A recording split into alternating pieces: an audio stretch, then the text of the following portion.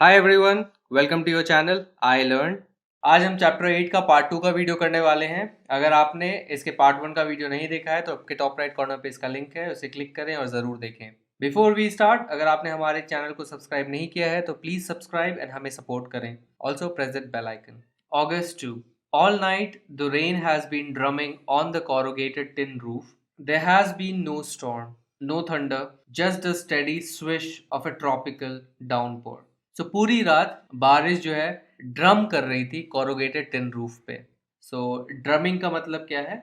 I think kind of self explanatory है कि drumming जैसी आवाज़ निकाल रही है, ऐसा लग रहा है कि ड्रम बज रहा है। So that is beat repeatedly on a surface to make continuous rhythmic sound. So लगातार sound plus it will be rhythmic. एक ऐसा लगेगा कि आपको एक रिदम में ड्रम बज रहा है, so that will be rhythmic in nature, तो उसको आप ड्रमिंग बोलते हैं। एंड वो कहाँ पे ड्रमिंग कर रहे थे? कोरोगेटेड टिन रूफ पे। सो कोरोगेटेड का क्या मतलब होता है? सो कोरोगेटेड टिन रूफ बेसिकली इस तरह के जो रूफ्स होते हैं, टिन के बने हुए रूफ, एंड उनका शेप इस तरह का होता है। सो इस तरह के शेप को आप कोरोगेशन बोलते हो। इस तरह का शेप जो है, आप जब आपके कार्टन होते हैं, जहाँ पे गत्ते के कार्टन बॉक्सेस होते हैं, तो उनमें भी आप नोटिस करोगे कि इस तरह का कोरोगेशन होता है। इस तरह से ऊपर एक शीट होती है एंड उसके अंदर ये कोरोगेशंस बने होते हैं। सो ये बहुत ही पॉपुलर शेप है एंड नॉर्मली ये शेप काफ़ी स्ट्रॉन्ग होता है। तो जब भी आप किसी भी शीट को, चाहे वो पेपर की शीट है, चाहे वो मेटल जैसे टिन है उसकी शीट है, उसको आप ऐसा कोरोगेशन वाला शेप दे देते हैं तो वो ज़्यादा लोड सहने की कैपेसिटी उसमें आ जाती है। सो इस पर्टिकुलर शेप को, इनको आप रिजेस भी बोलते हैं। सो इस पर्टिकुलर शेप को आप कोरोगेशन बोलते हैं। So shaped into series of parallel ridges को आप कोरोगेटेड बोल सकते हैं।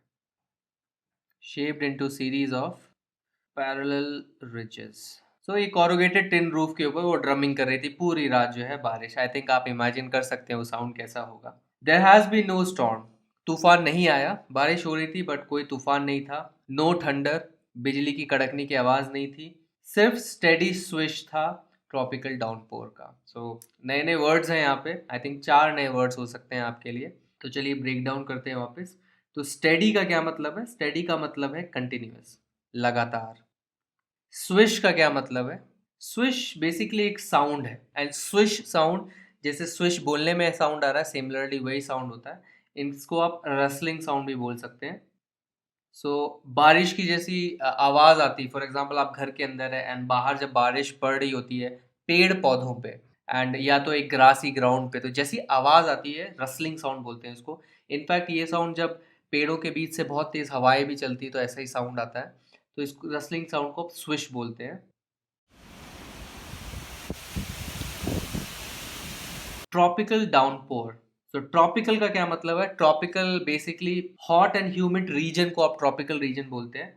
अगर आप ज्योग्राफी से जाएंगे तो ऑब्वियसली जो भी ट्रॉपिक ऑफ कैंसर या tropic of Capricorn, basically equator और इनके बीच में जो रीजन है उनको आप ट्रॉपिक्स कहते हैं, जहाँ पे basically hot and humid climate होता है। तो इंडिया नॉर्मली ट्रॉपिकल क्लाइमेट में माना जाता है। सो हॉट एंड ह्यूमिड को आप ट्रॉपिकल बोलेंगे। एंड ट्रॉपिकल डाउनपोर, डाउनपोर का क्या मतलब है? डाउनपोर का मतलब है बौछार या हैवी रेन। तो बहुत ज़्यादा तेज़ बारिश होती है तो आप उसको हैवी रेनफॉल बोल सकते हैं, या आप एक वर्ड में बोले तो डाउनपोर बोल सकते हैं, या अनदर वर्ड इज बौछार।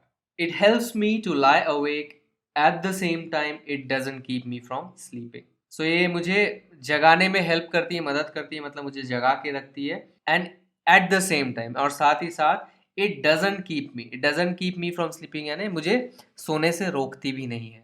डजंट कीप मी का मतलब हो गया स्टॉप मी। सो बारिश की आवाज़ नॉर्मली ऐसी ही होती है। आप उसको हिप्नोटाइजिंग साउंड कह सकते हैं। इनफैक्ट नॉर्मली इस एज में, आपकी एज में ऐसे स्लीप के इश्यूज नहीं होते हैं एंड भगवान करे आपको कभी भी लाइफ में स्लीपिंग के इश्यूज ना आए। बट आप नोटिस करोगे अपने मम्मी पापा को, या नॉर्मली जो लोग बहुत एज के हो जाते हैं तो उनको सोने में बहुत तकलीफ होती है, तो थोड़ी सी साउंड से जग जाते हैं, उनको नींद ही नहीं आती। एंड नॉर्मली ये टेंशन की वजह से होता है। तो यूट्यूब में आप देखोगे तो बहुत सारे वीडियोस हैं जो घंटों तक चलते हैं, 3 घंटे की वीडियो, 4 घंटे की वीडियो।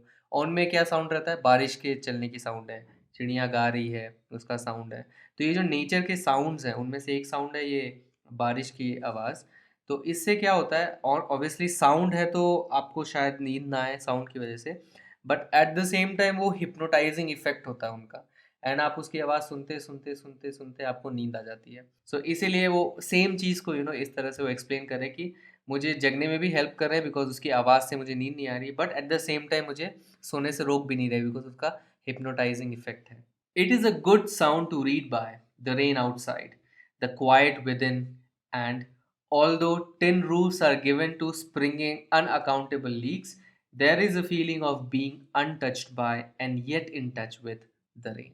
So बहुत ही ब्यूटीफुल पैराग्राफ है। So क्या बोल रहे हैं ऑथर यहाँ पे कि ये गुड साउंड है, काफ़ी अच्छा साउंड है टू रीड बाय, जिसमें आप पढ़ सकते हो। So normally you can just interpret is for reading, to read by का मतलब हो गया फॉर रीडिंग, क्योंकि आप कॉन्सेंट्रेट कर सकते हो ऐसी साउंड के साथ रीडिंग में। द रेन आउटसाइड, जो बाहर बारिश है, द क्वाइट विद इन, और अंदर क्या है, शांति है। बाहर बारिश का साउंड और अंदर शांति है, तो एक बहुत अच्छा माहौल बन जाता है रीड करने के लिए। Although tin roofs are given to springing unaccountable leaks, तो स्प्रिंगिंग का क्या मतलब है, ओरिजिनेटिंग।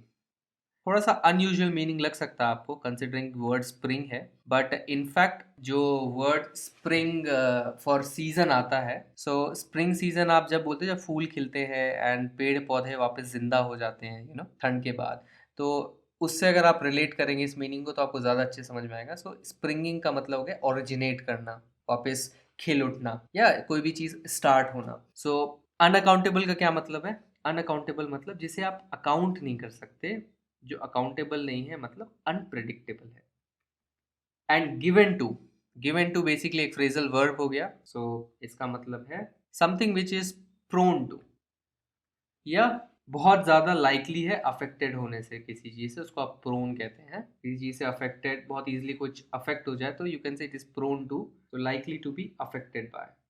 सो इन मीनिंग के साथ अब आप इस सेंटेंस का मीनिंग समझ सकते हैं कि ऑल दो, इवन दो, टिन रूफ, जो भी टिन रूफ्स होते हैं वो बहुत प्रोन होते हैं, मतलब अफेक्ट हो जाते हैं लीक्स के, अनप्रडिक्टेबल लीक्स की वजह से। सो मतलब उन रूफ्स में कभी कभी अनप्रेडिक्टेबल लीक्स जो ओरिजिनेट होने लगते हैं, कहीं से वो चूने लगता है एंड हम प्रेडिक्ट नहीं कर सकते कब चूएगा वो।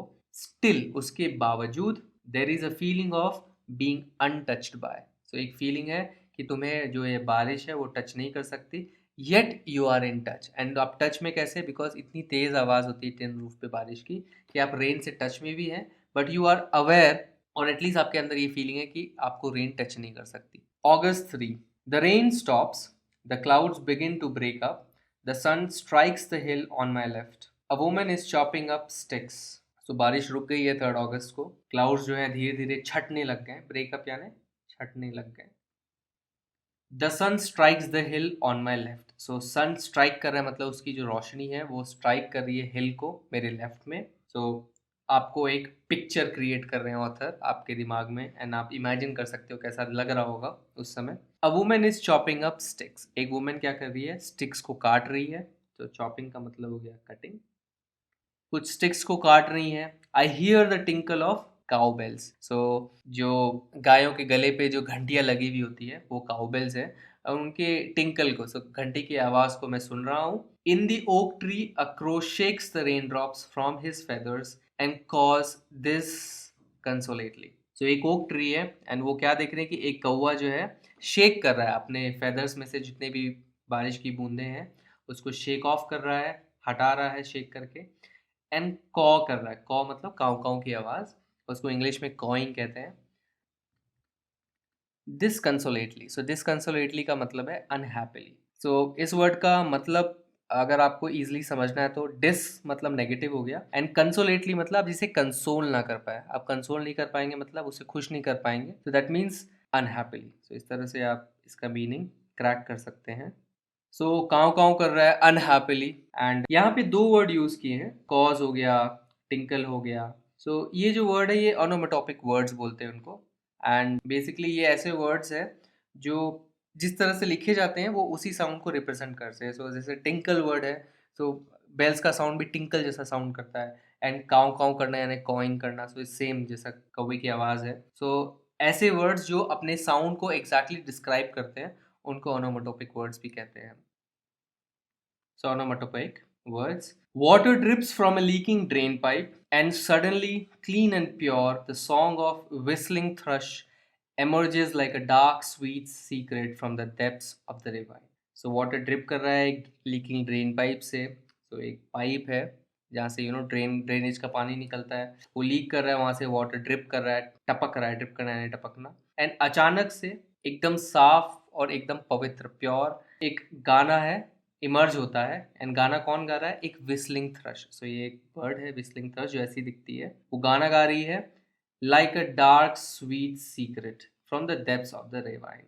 So वो गाना कैसा लग रहा है उनको कि जैसे कोई एक डार्क स्वीट सीक्रेट है डेप्थ्स ऑफ रेवाइन से. सो रेवाइन बेसिकली इस तरह के एक गहरे नाले को आप कहते हैं, अ डीप नैरो गॉर्ज. सो ऐसे गहरे नाले को आप गॉर्ज भी कहते हैं. सो नैरो सकड़ा गॉर्ज, इसको आप रेवाइन बोलेंगे तो ऐसा लग रहा है कि रेवाइन की डेप्थ से उस रेवाइन की डेप्थ से एक डार्क स्वीट सीक्रेट निकल के आ रहा है. सो उनका एक रिप्रेजेंट करने का तरीका है उस सॉन्ग को, उनकी ऐसी फीलिंग है. August 12th, endless rain and a permanent mist. We haven't seen the sun for 8 or 9 days.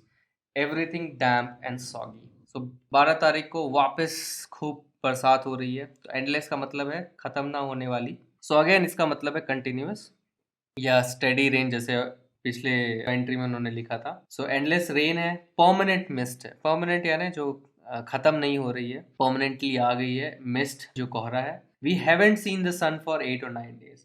हमने 8-9 दिन से सन नहीं देखा है. एवरीथिंग डैम्प, सब कुछ कैसा है? डैम्प है. डैम्प मतलब हल्का गीला या नम जिसे हम कहते हैं, हर जगह सब कुछ नम है. एंड सॉगी है. सॉगी का मतलब wet and soft. So for example जब आप कॉटन में पानी डालते हो या किसी स्पंज में पानी डालते हो तो वो कैसा सॉफ्ट और गीला दोनों फील होता है. उस पर्टिकुलर फीलिंग को आप सॉगी बोलते हैं, उस पर्टिकुलर स्टेट को आप सॉगी बोलते हैं. So that's wet and soggy. हर कुछ सॉफ्ट हो गई है और गीली. So that's soggy. Nowhere to go. Pace the room, look out of the window at a few bobbing umbrellas. At least it isn't cold rain. कहीं जा नहीं सकते. नो वेयर टू गो मतलब इतनी बारिश हो रही है और कुछ इतना परमानेंट मिस्ट है तो आप कुछ देख भी नहीं सकते हो, तो कहीं जा नहीं सकते हो आप. पेस द रूम मतलब आगे पीछे बस रूम में घूमना है आपको. पेसिंग करना है ना, चलना. सो रूम पे आगे पीछे चलना है बस, या तो विंडो से बाहर देख लो. At a few bobbing umbrellas. So bobbing umbrellas का मतलब विंडो से बाहर देख रहे बहुत सारे लोग हैं छाता लिए हुए, तो आपको दूर से क्या दिखेगा कि जो छाता है वो ऊपर नीचे कर रहा है. तो बॉबिंग का मतलब होता है moving up and down. At least it is in cold rain. कम से कम ये ठंडी बरसात नहीं है. ये अच्छी बात है क्योंकि हॉट एंड ह्यूमिड है कंडीशन, तो अगर ठंडी रेन होनी तो और ज़्यादा हालत ख़राब हो जाती है उनकी. The hillsides are lush as late monsoon flowers begin to appear, wild balsam, dahlias, begonias and ground orchids. So hillsides, जो हिल के साइड्स हैं वो कैसे हैं? लश है मतलब एकदम हरे भरे हैं, बहुत सारे उसमें पेड़ पौधे उगे हुए हैं. सो लश मतलब लश ग्रीन बेसिकली, या ग्रोइंग हेविली विथ वेजिटेशन या ट्रीज आप बोल सकते हो सिंपल टर्म्स में, ट्रीज एंड प्लांट्स. एंड वो ऐड भी कर रहे हैं कि लश कैसे हैं, not just because of these but with late monsoon flowers. So late monsoon flowers जो है वहाँ पे खिल रहे हैं एंड अपीयर हो रहे हैं. एंड कौन से वो फ्लावर्स हैं? Wild बॉल्जम flowers. सो ये बॉल्जम फ्लावर्स हैं, फिर दहलियाज, बेगोनियाज और ग्राउंड ऑर्किड्स. सो ये ब्यूटीफुल फ्लावर्स जो हैं वहाँ पे देखने को मिल रहे हैं उनको. August 31. It is the last day of August and the lush monsoon growth has reached its peak. So ये आखिरी दिन है अगस्त का और जो लश मानसून ग्रोथ है, जो रिच मानसून ग्रोथ है जिसके बारे में वो बात कर रहे थे लास्ट एंट्री में, वो अपने चरम सीमा तक पहुंच गई. पीक मतलब अपने मैक्स पॉइंट तक पहुंच चुकी है. अब इससे ज़्यादा और जो है पेड़ पौधे नहीं खिलेंगे और फ्लावर्स नहीं खिलेंगे. The seeds of the cobra lily are turning red, signifying that the rains are coming to an end. So cobra lily के जो भी सीड्स है वो कैसे कन्वर्ट हो रहे हैं? वो रेड कलर में कन्वर्ट हो रहे हैं. अगर आपने कोबरा लिली के बारे में नहीं देखा है तो पार्ट 1 की वीडियो में ज़रूर देखिए, हमने एक वीडियो भी डाला था. सो जो कोबरा लिली है वो रेड टर्न हो रही है, उसके सीड्स जो रेड टर्न हो रहे हैं, इसका मतलब क्या है? सिग्निफाइंग मतलब डिनोटिंग या रिप्रेजेंटेटिंग. ये बता रहे हैं कि जो है बारिश ख़त्म होने वाली है. In a few days the ferns will start turning yellow.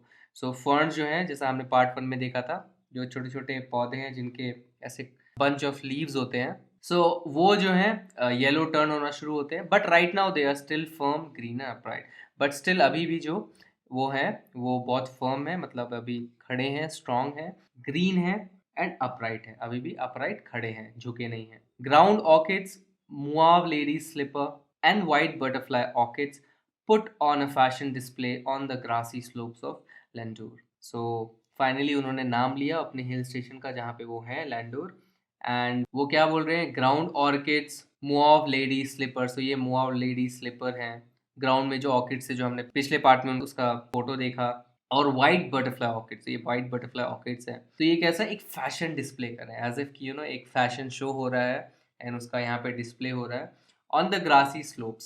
So grassy slopes जो भी हैं, लैंडोर के, लैंडोर एक हिल स्टेशन है, उसके ग्रासी स्लोप्स में ये ऐसा फैशन डिस्प्ले है। इनफैक्ट ये जो ऑर्किड्स हैं ये one of the most sophisticated flowers में से एक होते हैं। अगर आप इनको देखोगे तो आप मतलब अमेज्ड हो जाओगे। And in fact even this one, mauve lady slipper, आप इनके कंस्ट्रक्शन देखोगे तो आप चौंक जाओगे कि इतना कॉम्प्लेक्स शेप फ्लावर के कैसे हो सकते हैं। एंड ये one of the most fascinating होता है। तो इनको देखना, अरे बहुत ही सेंसिटिव फ्लावर्स होते हैं, हर जगह आप नहीं उगा सकते हो इनको, इसीलिए अगर आपको मौका मिले तो आप ज़रूर देखिएगा। ये जो फ्लावर्स हैं इतने फैशनेबल दिखते हैं क्योंकि इनका कंस्ट्रक्शन इतना ब्यूटीफुल होता है एंड मॉनसून के एंड में बेसिकली ये उग रहे हैं।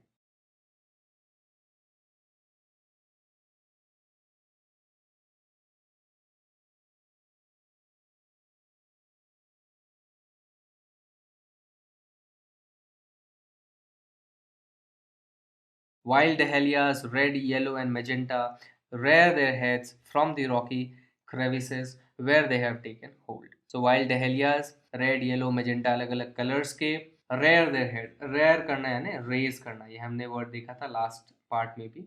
अपना रेज करते हैं head from the Rocky crevices. So crevices का मतलब है नैरो ओपनिंग या दरारें। सो पत्थरों के बीच में जो भी दरारें हैं वहां से वो उठ रही हैं। Where they have taken hold मतलब जहाँ पे उन्होंने उस जगह को पकड़ के रखा है, जहाँ पे उनके रूट्स हैं, उन दरारों से वो राइज हो रही हैं। Snakes and rodents flooded out of their holes and burrows take shelter in roofs, attics and godowns. So snakes, rodents. So rodents आप इस तरह के जानवरों को बोलते हैं जो बेसिकली बहुत अपने दांतों से चबाते हैं हर चीज़ों को। तो जैसे स्क्विरल्स हो गए, छुछुंदर हो गए, रैट्स, माउस, तो इनको आप rodents बोलते हैं।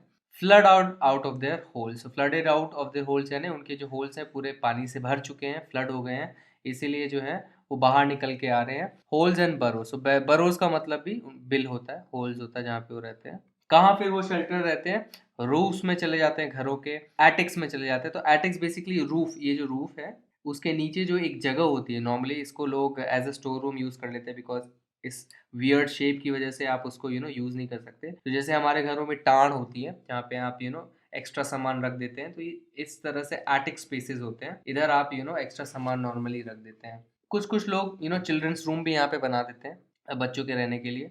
सो ये बेसिकली एरिया आप इसको एटिक बोलते हैं। एंड गोडाउन्स, गोडाउन्स है ना जहाँ पे माल स्टोर करके रखे जाते हैं, ग्रेन का गोडाउन हो गया, एनीथिंग एल्स, कोई भी गुड्स का गोडाउन हो गया जहाँ पे स्टोरेज के लिए सामान रखे जाते हैं, तो वहाँ पे बेसिकली शेल्टर ले लेते हैं, मतलब वहाँ पे जाके रहने लगते हैं। A shrew, weak of eyesight, blunders about the room much to the amusement of the children.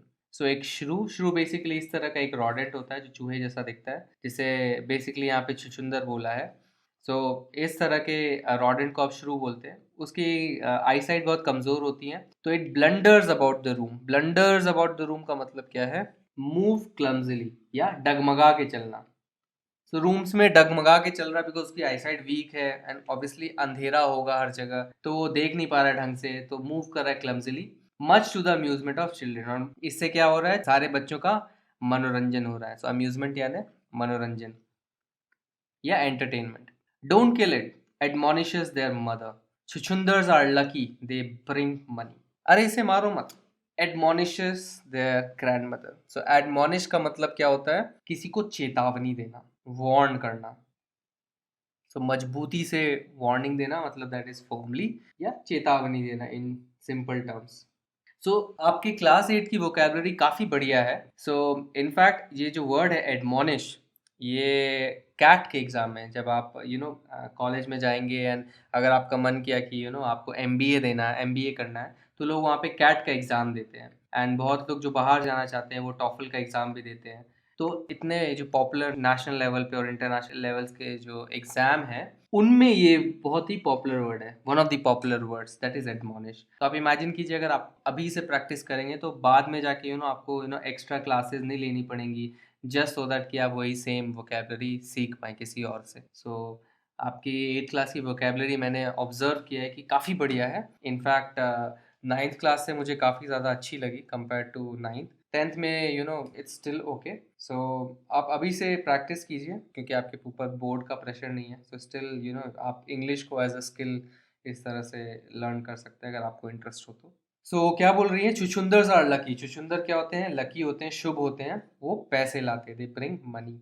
And sure enough I receive a cheque in the mail, not a very large one but welcome on the same. And sure, मुझे क्या मिलता है? एक check मिला mail में, बहुत बड़ा check नहीं था, मतलब बहुत सारे पैसे नहीं थे उसमें आए थे, but still welcome all the same. Still वो वेलकम है, जितने भी पैसे आए वो वेलकम है भाई, अच्छी बात है पैसे आए। तो कहना चाह रहे हैं कि हाँ, जो दादी ने कहा था वो सही है कि एक्चुअली में चुचुंदर लकी हुए क्योंकि उनकी पेमेंट उनको आ गई है। October 3. We have gone straight from monsoon into winter rain, snow at higher altitudes.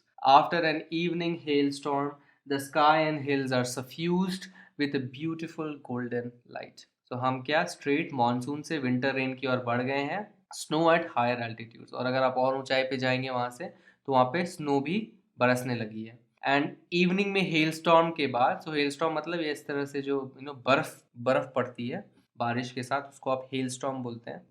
ओलों की तूफान को आप हेल स्टॉर्म बोलेंगे। तो शाम में हेल स्टॉर्म हुआ है, उसके बाद जो है स्काई और हिल्स दोनों क्या हो गए? सफ्यूज्ड हो गए हैं ब्यूटीफुल गोल्डन लाइट से। ब्यूटीफुल गोल्डन लाइट यानी सनसेट का समय है, एकदम मस्त गोल्डन लाइट आ रही है सन की, एंड वो सफ्यूज हो गए। सफ्यूज वर्ड का मतलब क्या है? Gradually spreaded. तो धीरे धीरे ये जो ब्यूटीफुल गोल्डन लाइट है वो फैल रही है पूरे आसमान में और हिल्स में। जनवरी 26। अब नेक्स्ट एंट्री काफ़ी टाइम के बाद वाली है, दैट इज अक्टूबर से डायरेक्टली जनवरी 26। Winter rains in the hills. I think उन्होंने एक छोटी सी पोएम काइंड ऑफ एक एंट्री है उनकी। विंटर रेन्स हिल्स में, ठंड के समय की जो बारिश है जो इन पहाड़ियों पे हो रही है। In the hushed silence of the house, when I'm quite alone and my friend who was here has gone, it is very lonely, very quiet, as I sit in a liquid silence, a silence within, surrounded by the rhythm of rain, the steady drift of water on leaves, on lemons, on roof, drumming on drenched dahlias and window panes. In the hushed silence. Hushed silence मतलब बहुत ही ज़्यादा quite है, बहुत ही ज़्यादा still है। खामोश silence, खामोशी को भी वो बोल रहे हैं कि बहुत क्वाइट और स्टिल है। ऐसी शांति जो कि बहुत ही ज़्यादा शांत है, बहुत ही क्वाइट है। इंटेंसिफाई कर रहे हैं बेसिकली, उस वो जो साइलेंस है उनको इंटेंसिफाई करने की कोशिश कर रहे हैं। ऑफ द हाउस, घर बहुत ज़्यादा शांत है। And I am quite alone, and वो बोल रहे हैं कि मैं अकेला हूँ। एंड माई फ्रेंड, मेरा दोस्त जो यहाँ पे था वो चला गया है। It is very lonely, very quite. वो रिपीट कर रहे हैं इस चीज़ को कि बहुत अकेला फील कर रहे हैं, वो बहुत लोनली फील कर रहे हैं, बहुत अकेलापन महसूस कर रहे हैं और बहुत ही शांति है वहाँ पे। As I sit in a liquid silence. अब वो साइलेंस को क्या एडजेक्टिव दे रहे हैं? पहले उन्हें हश दिया, अब दे रहे हैं वो लिक्विड। लिक्विड साइलेंस वो क्यों बोल रहे हैं? लिक्विड साइलेंस मतलब वो लिक्विड की तरफ फैल रहा है, जैसे पानी या कोई भी लिक्विड जो है हर जगह फैल जाता है, किस एक जगह से दूसरी जगह आसानी से पहुंच जाता है। Basically spreading, spreading everywhere, spreading and filling. ऐसी silence, a silence within, और उनके अंदर भी एक शांति है, वो एक शांति महसूस कर रहे हैं। Surrounded by the rhythm of rain, and बाहर बारिश हो रही है उसकी रिदम से, जैसे वो पहले ड्रमिंग की बात कर रहे थे, drumming of rain on tin roof, वैसे ही एक रिदम है रेन का। Steady drift of water on leaves. Steady यानी कंटिन्यूअस, ड्रिफ्ट यानी स्लो मूवमेंट, स्लो मूवमेंट को आप ड्रिफ्ट बोलते हैं। जैसे जैसे बारिश हो रही है, जो पानी है धीरे धीरे ड्रिप कर रहा है, ड्रिप कर रहा है लीव्स पे, लेमन्स में, रूफ्स पे। Drumming on drenched dahlias. अब वो कहाँ ड्रमिंग बोल रहे हैं, कर रहा है दहलियाज पे, दहलियाज पे ड्रम कर रहा है, जैसे वो पहले बोल रहे थे कि रूफ्स पे ड्रम कर रहा है। एंड विंडो पेन्स, और कहाँ पर? विंडो पेन्स पे, मतलब खिड़कियों के जो ग्लासेस होते हैं, विंडो पेन्स, बेसिकली वहाँ पे बारिश जो है ड्रम कर रही है। While the mist holds the house in a dark caress, as I pause near a window, The rain stops and starts again, and the trees, no longer green but grey, menace me with their loneliness. So I think वो बार बार इस चीज़ को explain कर रहे हैं कि बहुत अकेलापन है, काइंड ऑफ ग्लूमी है, सैडनेस है, थोड़ी सी बहुत शांति है, and he is not happy with this. वो क्या बोल रहे हैं कि जो मिस्ट है, जो कोहरा है, वो पूरे घर को उसने जकड़ के रखा है in a dark caress. So caress यानी एक जेंटल टच को बोलते हैं, एंड डार्क का मतलब यहाँ पे है ईविल। मिस्ट की वजह से काइंड ऑफ एक डार्कनेस भी आ जाती है, बिकॉज सन रेज नहीं पहुंच पाती आप तक, तो एक तरह से अंधेरा छाने लगता है। बट यहाँ पे ये काइंड ऑफ एज बोलना चाह रहे हैं कि थोड़ा सा ईविल लग रहा है उनको, ये अच्छा नहीं लग रहा है ये, कि एज इफ उसने एक हाउस को अपने टच से जकड़ के रखा है, एक ईविल टच से। As a pause near a window, so वो रूम में चल रहे थे, आगे पीछे पेस कर रहे थे जैसे उन्होंने पहले कहा, तो जैसे विंडो पे आके पॉज करते रुकते हैं, रेन रुक जाती है एंड वापस चालू हो जाती है। तो बेसिकली दिन भर यही नोटिस कर रहे हैं, बोर हो रहे हैं, उनके पास और कुछ काम नहीं है, एंड क्या ऑब्जर्व कर रहे हैं, रेन चालू होती है, बंद होती है, ऐसा चलते जा रहा है। And the tree is no longer green, और ट्रीज जो है अब ग्रीन नहीं है, ग्रे हो गए हैं। ग्रे क्यों हो गए? बिकॉज बाहर बारिश हो रही है, ठंड है, मिस्ट है, एंड बेसिकली विंटर में आपने देखा है कि पत्ते भी झड़ जाते हैं, एंड इस तरह से बेसिकली ग्रे हो गए हैं। मे बी शायद स्नो है थोड़ी सी वहाँ पे, जैसा उन्होंने कहा था कि हायर एल्टीट्यूड्स पे स्नो है, तो उनको बेसिकली ग्रीन नहीं दिख रहे हैं ट्रीज। मेनेस मी, मेनेस करना यानी थ्रेटन, थ्रेट करना, और मुझे डरा रहे हैं उनके अकेलेपन से, क्योंकि वो भी अकेले से लग रहे हैं उनको।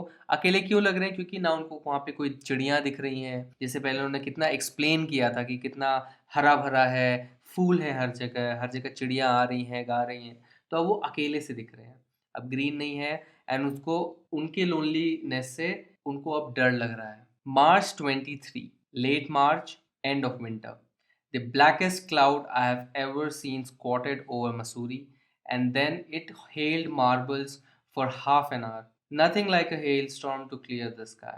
Even as I write, I see a rainbow forming. So late March है, March 23, winter खत्म हो रहा है, and सबसे काले बादल जो मैंने आज तक देखे हैं स्क्वाटेड ओवर मसूरी। सो स्क्वाटेड ओवर यानी मसूरी के स्काई पे फैले हुए हैं, ऑक्यूपाई करके रखे हैं।